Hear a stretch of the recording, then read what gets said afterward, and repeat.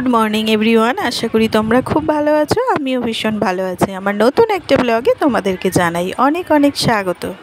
আজ সোমবার সারাটা দিন কী করছি না করছি সবটাই তোমাদের সাথে শেয়ার করতে থাকবো, তো পুরো ভিডিওটা দেখতে থাকো, আশা করি ভালো লাগবে।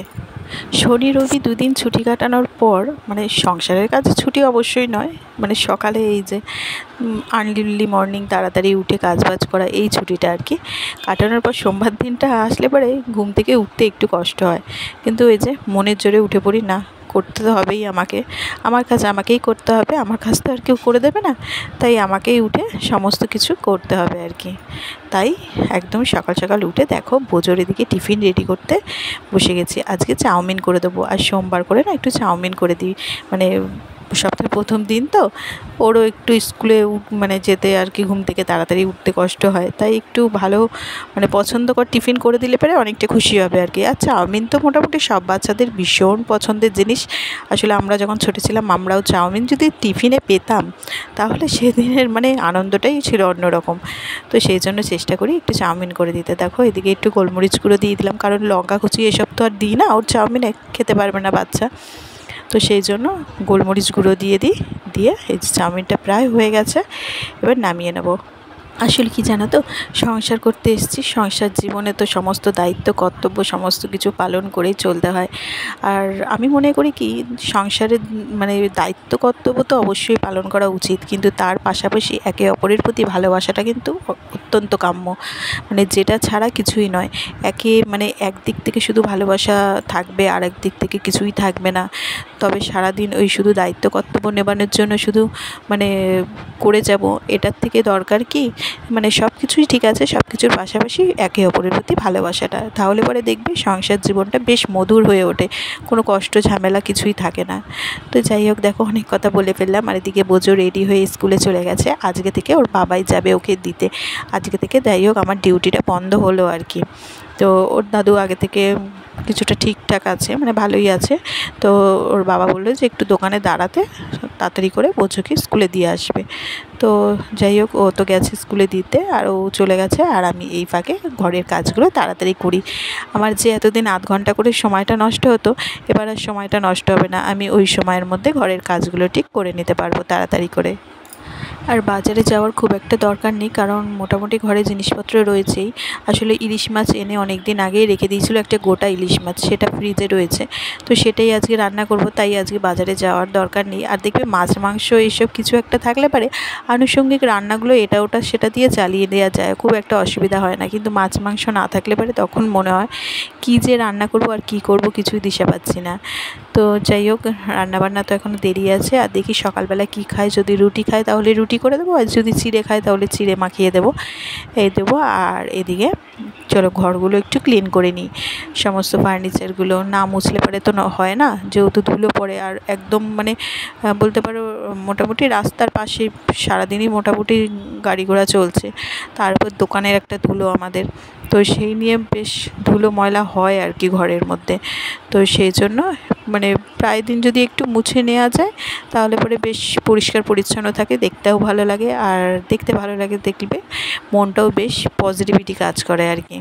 তো সেই জন্য চেষ্টা করি এই কাজের ফাঁকে মানে সংসারের ঘর গোছানোর কাজে এগুলোকেও একটু ক্লিন করে নিতে, আর সমস্তটা একটু সকালের দিকেই করে নেওয়ার চেষ্টা করি, কেননা বেলার দিকে আমার আর হয়ে ওঠে না, রান্নাঘরে যদি একবার ঢুকি আর বেরোতে পারবো না, একার হাতে কাটা ধোয়া মানে সমস্ত কিছু বাটা বলতে পারো, রান্না করা এইসব করতে গিয়ে ওখান থেকে আর মানে ফাঁক পাই না বেরিয়ে ঘরের কোনো কাজকর্ম করব, সেই জন্য রান্না করতে করতে আর আমার এইসব কাজ কিচ্ছু হয় না। তাই আমি চেষ্টা করি মানে সকালবেলা বিছানা গোছানো এইসবের কাজ করতে করতে ঘর গোছানো সমস্ত কিছু ক্লিন করে নেওয়ার চেষ্টা করি আর কি। তো যাই হোক, এদিকে ওয়েদারটাও তো খুব একটা ভালো না, আর বর্ষাকালে ওয়েদার ভালো রাখার আশাও করা যায় না আর কি, কখন কি হচ্ছে বোঝা যাচ্ছে না। আর তবে সকালের দিকে যদি একটু পরিষ্কার থাকে না তাহলে দেখবে কাজবাজ করতে অনেকটা সুবিধা হয়। আমরা নয় বাড়িতেই কাজকর্ম করি গৃহবধূদের, তারপরে আমরা যে শুধু মানে আমার বলে নয়, আমাদের বাড়িতেও মানে বাড়ির লোকজনকে খুব একটা যে অফিস দৌড়াদৌড়ি করতে হয়, ডেলি প্যাসেঞ্জারি করতে হয় সেসবের ব্যবস্থা নেই, মানে ব্যাপার নেই আর কি। আসলে আমাদের বিজনেস আর বাড়ির মধ্যেই যেহেতু, তাই জন্য কাউকেই কোনো জায়গায় দৌড়াদৌড়ি করতে হয় না। তাই খুব একটা বর্ষাকালে যে অসুবিধা কারোর হয় তা কিন্তু নয়, তবে একটু অসুবিধা হয় ওই বোঝোগে স্কুলে দিয়ে আসা নিয়ে আসা, সে একটু তো হবেই, সেটা অ্যাডজাস্ট করতেই হবে, কিছু করার নেই আর কি। তো বর্ষাকালে যে খুব একটা অসুবিধা হয় তা নয়, তবে এই কী বলো তো, জামা কাপড় কাচা মেলা ধোয়া এইসবেরগুলো একটু অসুবিধা হয়। তো একটু যদি সকালের দিকে ওয়েদারটা ঠিকঠাক থাকে জামা কাপড়গুলো শুকিয়ে যায়, তারপরে বেলার দিকে হলে পরে খুব একটা অসুবিধা হয় না। কিন্তু যাই হোক, আমরা যা চাইবো তাই তো আর মানে পাবো না আর কি। যা ওয়েদারের যা থাকবে, মানে প্রকৃতির রূপ আর কি, যখন যেভাবে আসবে সেটাকে আমাদের মেনে নিতে হবে। আর দেখো বেশ মেঘলা মেঘলা হয়ে রয়েছে, কখন বৃষ্টি হবে বোঝা যাচ্ছে না। মানে মনে হচ্ছে এই নামবে এই নামবে, তাই তো হচ্ছে, মানে এই নামছে এই ঠিক হচ্ছে এরকম বৃষ্টি।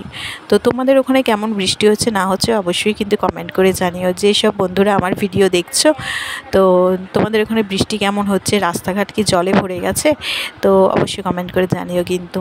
তো দেখো এদিকে জামা কাপড়গুলো মেলে নিচ্ছি। আর আগের দিন মানে বরমশাই গেছিলো শ্রাবণ মাসে সেই জল ঢালতে, তো পাঞ্জাবি পরে গেছিলো। আসলে খুব একটা যে পাঞ্জাবি পরে তা নয়, তবে পুজো দেওয়ার ব্যাপার আসলে পারে তখন পাঞ্জাবি পরে। কয়েকদিন আগে, কয়েকদিন না বেশ মাস 1.5-2 আগে তারাপীঠ ঘুরতে গেছিলাম, তো তখনও ওই পাঞ্জাবি পরে গেছিলো। আসলে পুজো দেওয়ার ব্যাপার হলে তখন ওর একটু পাঞ্জাবি পরার ইচ্ছা হয় আর কি, নয়তো খুব একটা যে পাঞ্জাবি পরতে ভালোবাসে তা নয়। তাই কালকে মানে যেহেতু শিব মন্দিরে যাবে বাবার মাথায় জল ঢালতে, তাই জন্য বললো পাঞ্জাবিটা পরে যাবো, ইচ্ছা হলো, আমি বললাম ঠিক আছে পরে যাও। তাই পাঞ্জাবিটা ধুয়ে দিয়েছি। আসলে বৃষ্টির জলে সারাদিন ওটা পড়েছিল, তারপরে বৃষ্টির জলে ভিজেওছে বলছে অনেকক্ষণ, তাই সমস্ত কিছু কেচে কুচে দিয়েছি আর কি। তো পাঞ্জাবি তো খুব একটা টাইম লাগে না শুকোতে, হালকা জিনিস তাড়াতাড়ি শুকিয়ে যাবে। তো ওদিকে জামা কাপড়গুলো মেলে দিয়ে চলে আসলাম এই ঘরটা এসে একটু ক্লিন করে নিই। তাড়াতাড়ি করে ক্লিন করে নিলে মোটামুটি ঘর গোছানোর কাজ, ঘরের যেসব কাজকর্ম সেগুলো হয়ে যাবে।